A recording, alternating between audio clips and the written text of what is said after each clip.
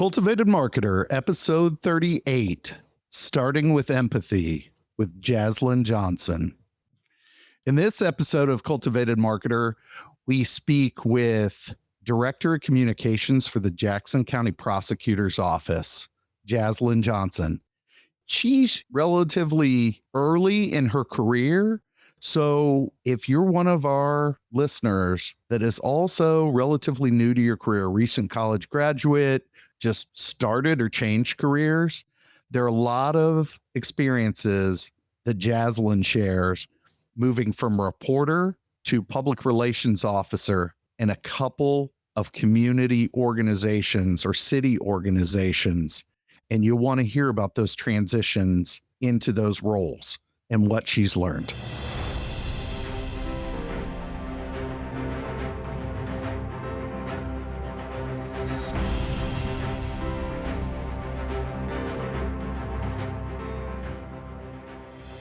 All right. Well, on today's episode, we're going to be talking with Jazzlyn Johnson. She's at the Jackson County Prosecutor's Office, previously working for the Kansas City Mayor's Office, and really fascinating conversation of early stage career under a lot of pressure, like coal not having a lot of time to turn into a diamond kind of conversation, needing to become a diamond very quickly.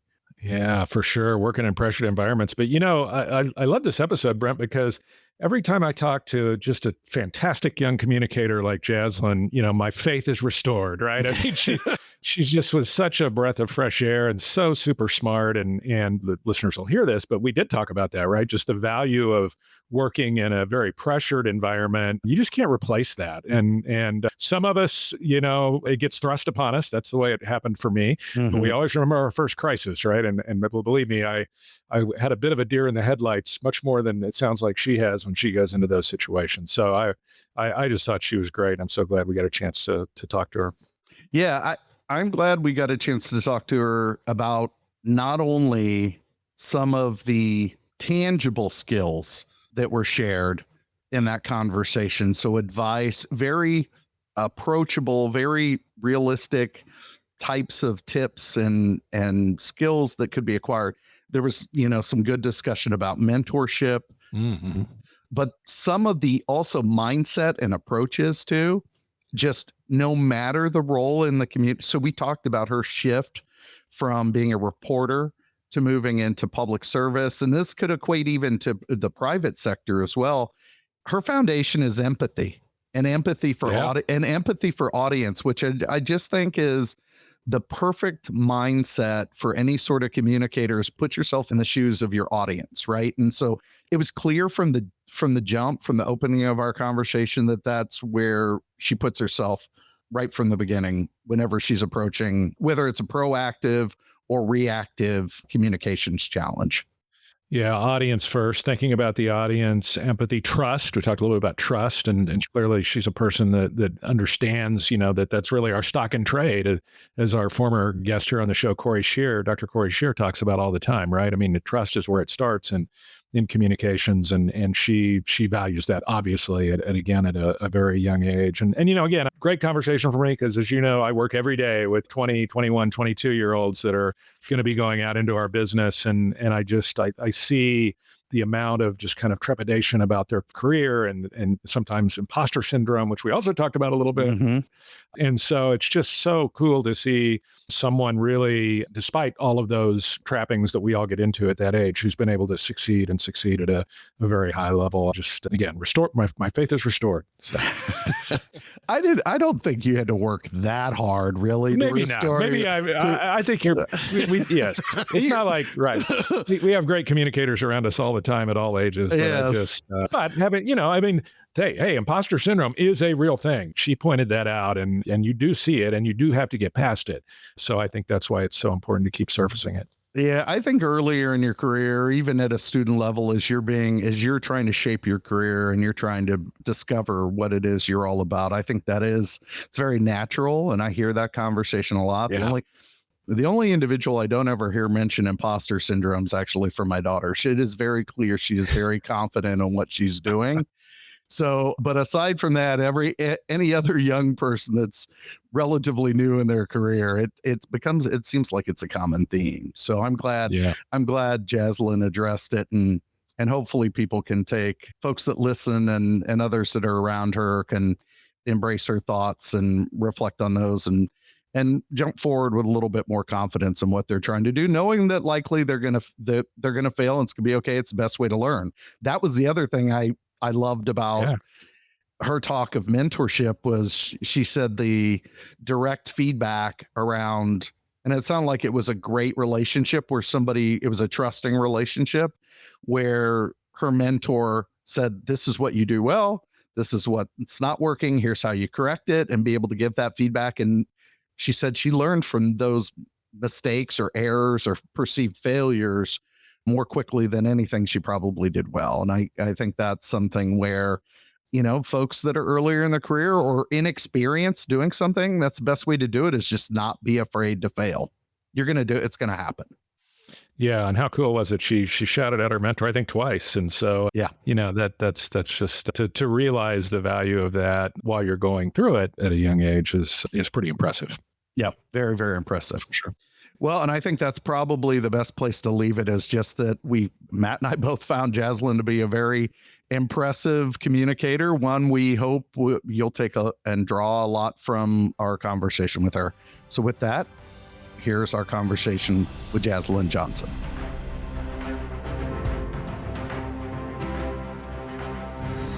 Welcome to Cultivated Marketer, where we talk marketing professional development so your garden of opportunity grows. This is Brent Bowen. I'm Matt Tidwell. And very excited for our guest today. Our guest is the Director of Communications for the Jackson County Prosecutor's Office right here in Kansas City.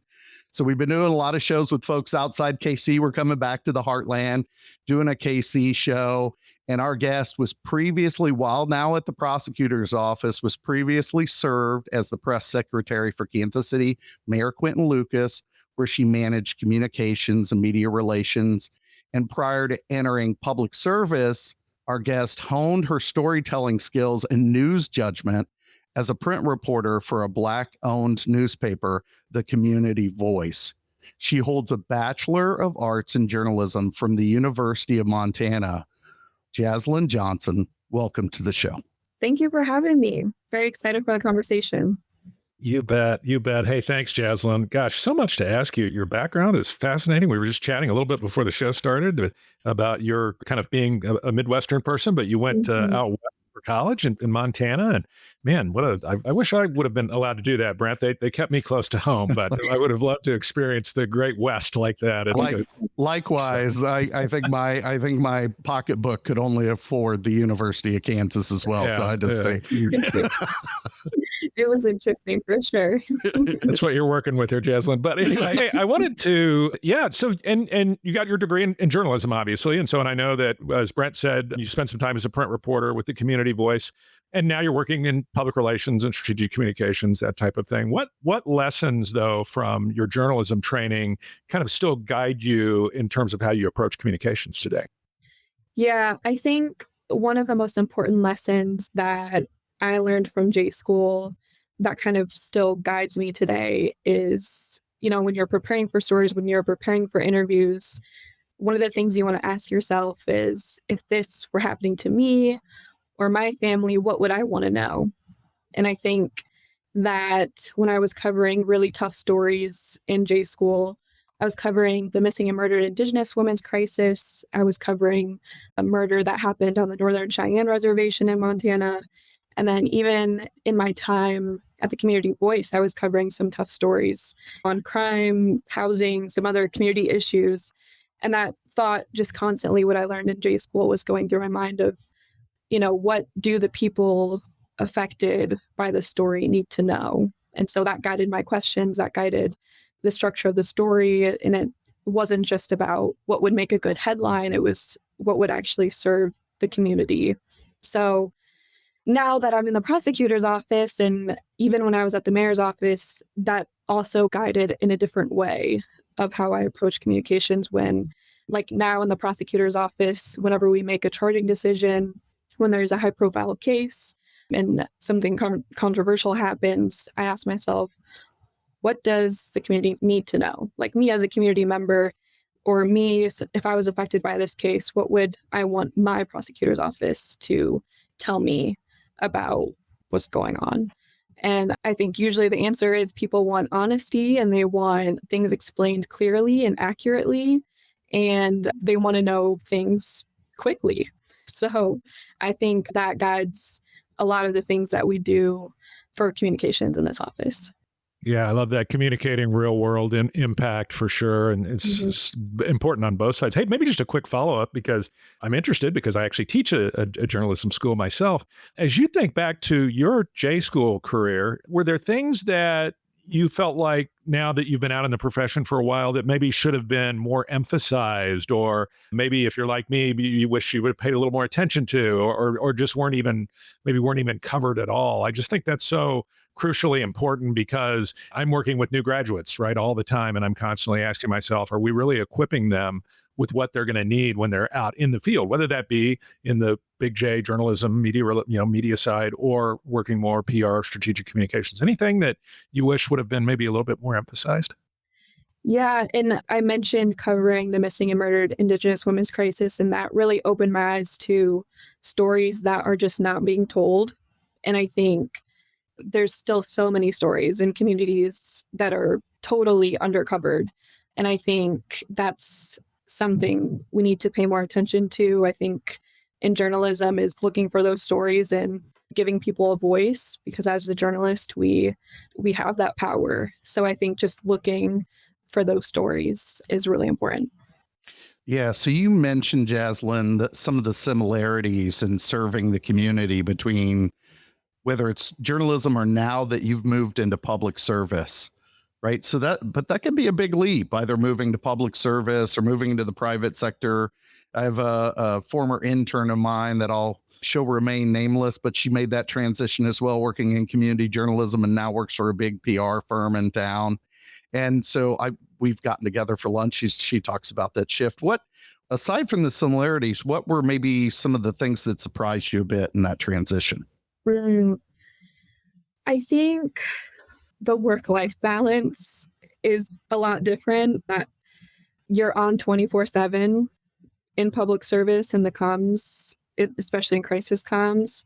But for me, I love the high stakes, just experience of it all, and just the impact that you can make when things kind of settle down after a crisis. It just kind of makes it all worth it. The difference, what surprised me being in the prosecutor's office, I'd say, is some of the legal complexities. I knew there were going to be some legal barriers as far as answering media requests and things like that, but I didn't realize just how much we can't share that I really want to share.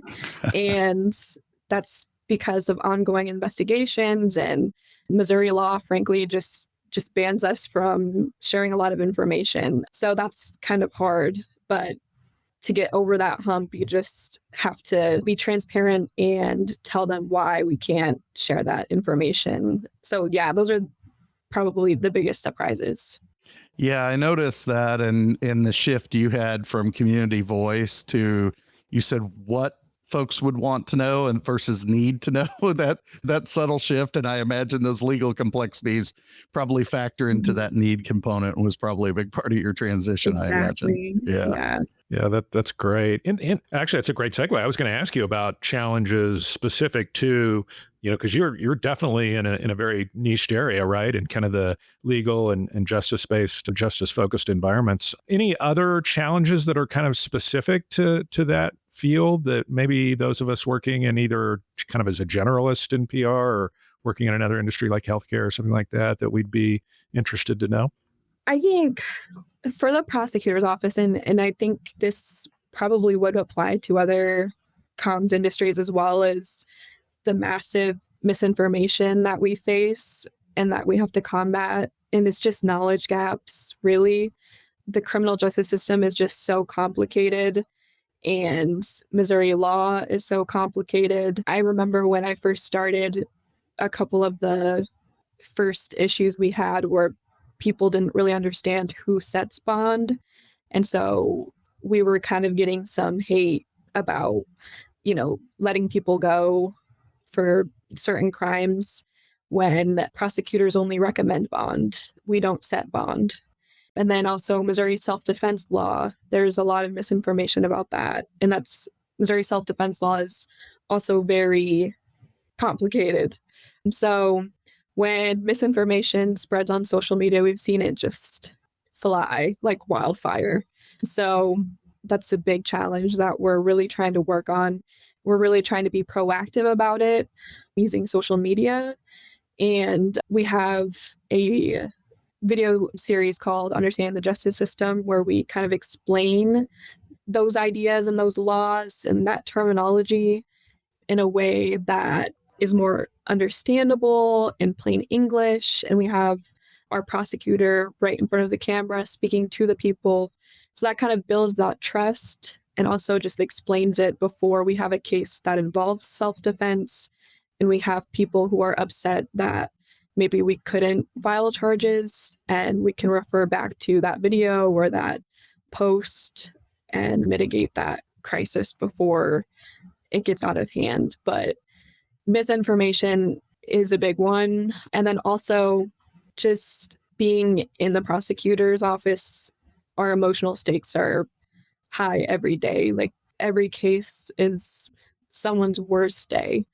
I mean, if we have a high profile case, just like I said, let's say a self-defense case, and we can't file charges or we don't have enough evidence to file charges, we have to explain that to the family, and that causes a lot of pain. And we also have to educate them about why we can't file charges. And then it's my job to explain to the community, again, if it's a high profile case, explain the law, but also be empathetic while doing it.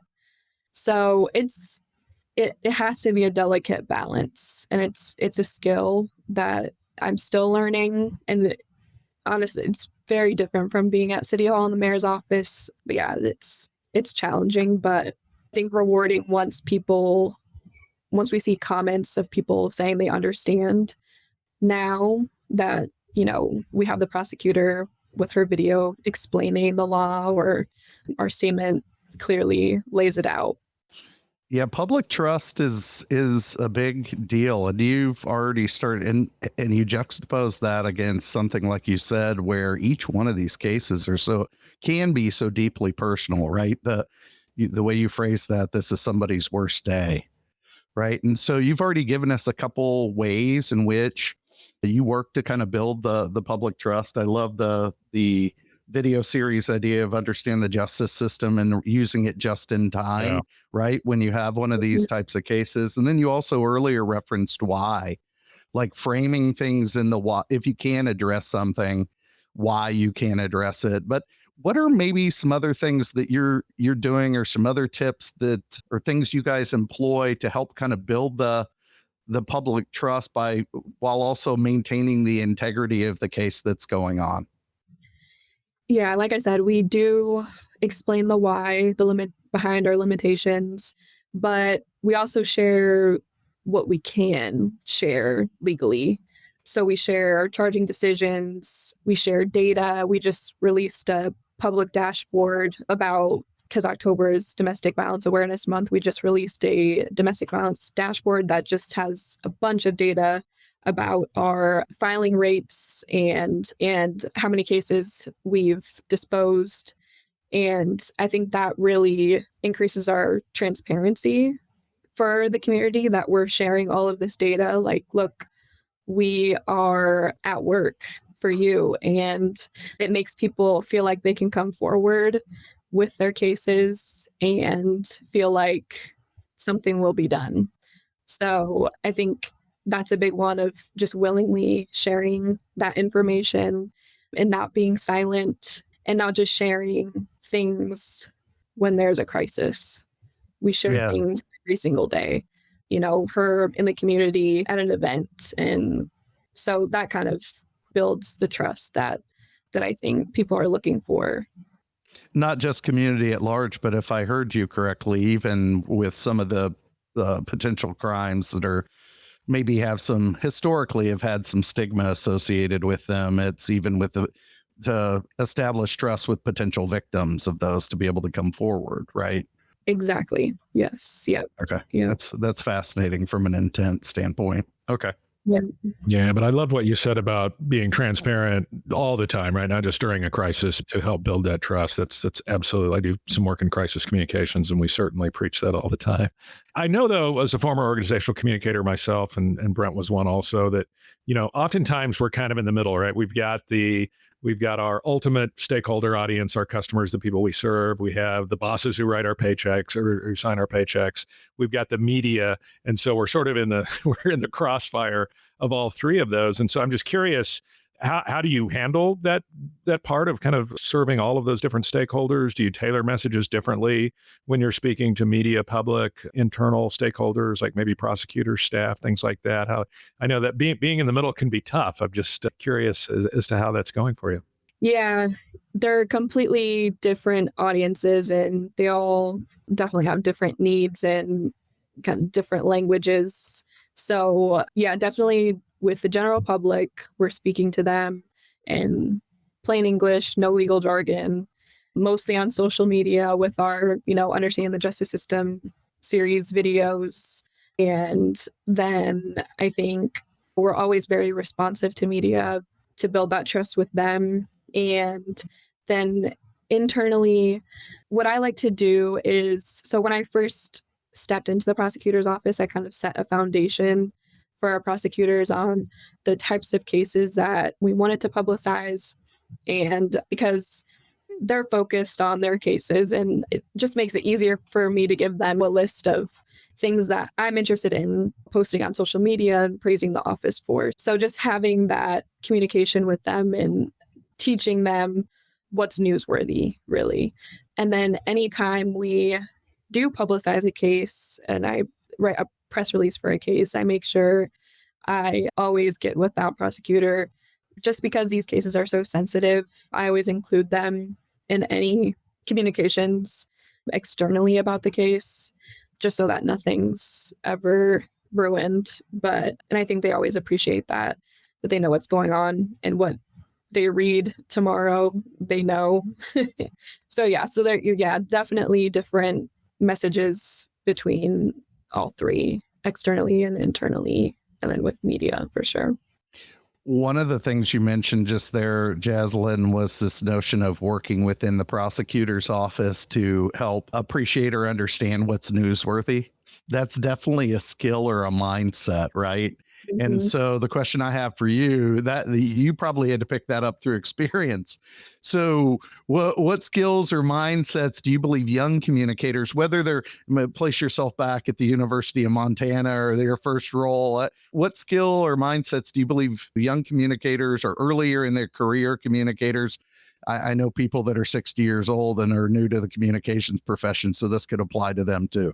So that are earlier in their career in communications, what should they start developing as they're learning about the profession or as they first start in the profession?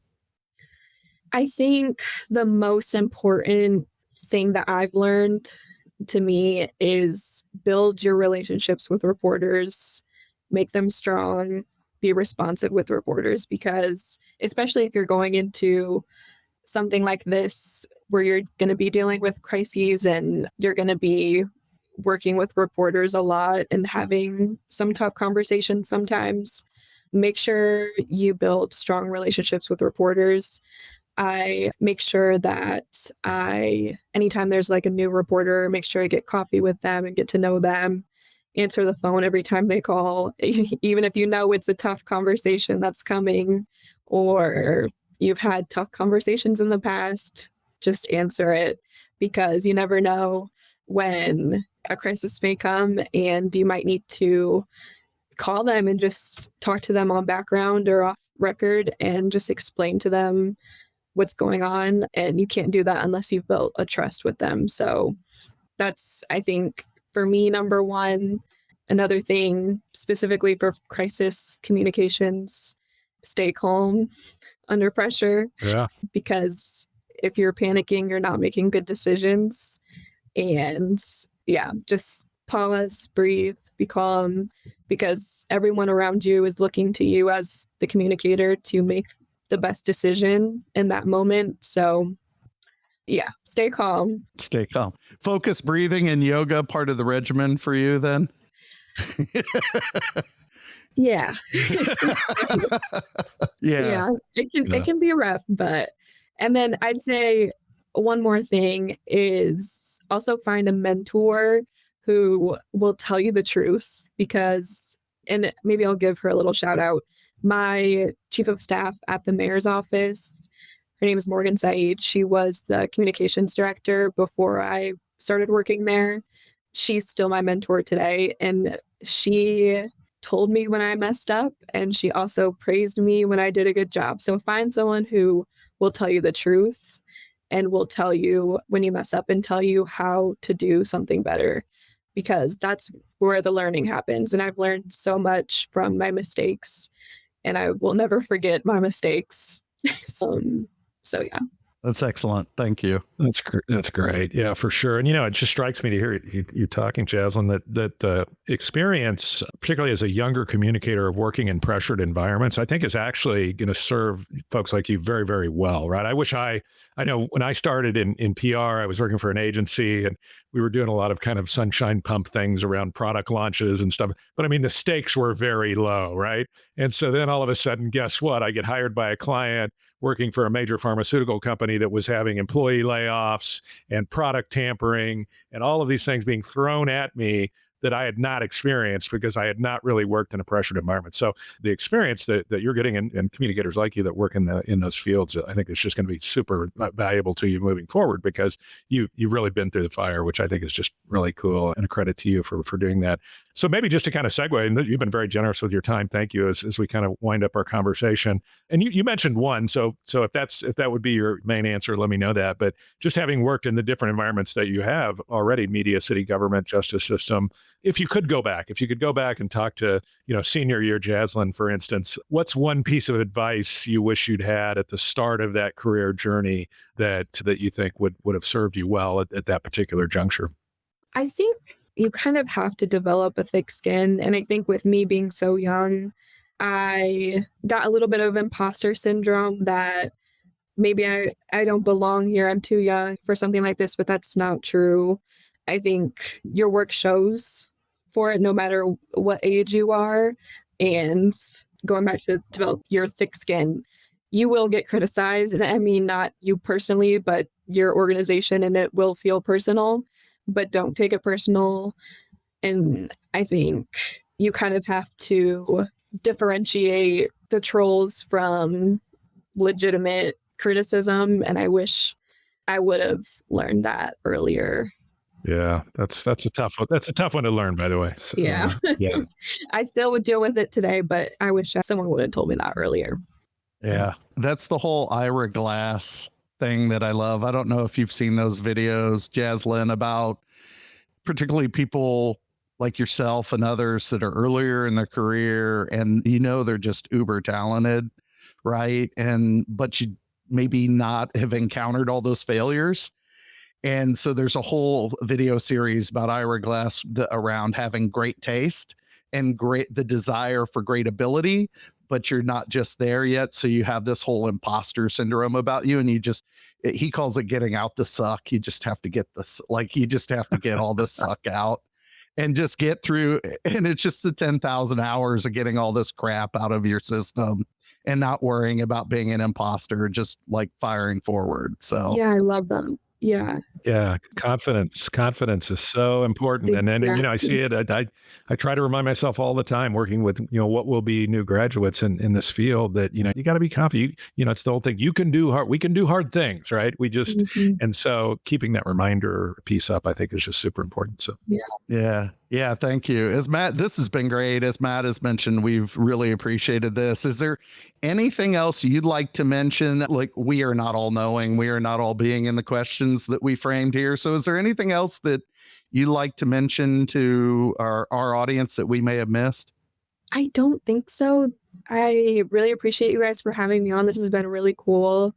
Maybe I will just shout out our prosecutor, Melissa Johnson. She's the first Black prosecutor, youngest ever elected in Jackson County. And I think just being a part of that, it just means a lot to me. And then also, if you want to follow us on our social media platforms to see that transparency we've been talking about in action, our Instagram is at JACO Prosecutor, JACO Prosecutor, Instagram and X, and then Jackson County Prosecutor on Facebook. That's excellent. We'll make sure to feature the links to the social media accounts in the show notes. And while we're at it, while we're doing a shout out, let's give another shout out to your mentor again. I love that you shouted out your mentor. I want you to do it one more time. That'd be awesome. Yes, Morgan Saeed. She's the best. She's brilliant in the communications and government world, period. So she's amazing. Okay, so we'll make sure she gets a shout out in the show notes. And then also when we post this on social media, she'll get tagged in this and make sure that she understands that you shared the love of her mentorship, because that's what this show's all about, is professional development, and mentorship's a huge part of that. Well, we've really enjoyed the conversation today, Jazzlyn. Thank you so much for joining us and being with us today. Thank you. Really appreciate the opportunity for you guys. Thank you. Thanks, Jazzlyn. If you found value in today's episode, check us out on our website, CultivatedMarketer.com. You'll also be able to subscribe to us, rate us, and leave us a comment on your favorite podcast platform, such as Apple Podcasts, Spotify, and Stitcher. Remember, a garden of opportunity grows with Cultivated Marketer.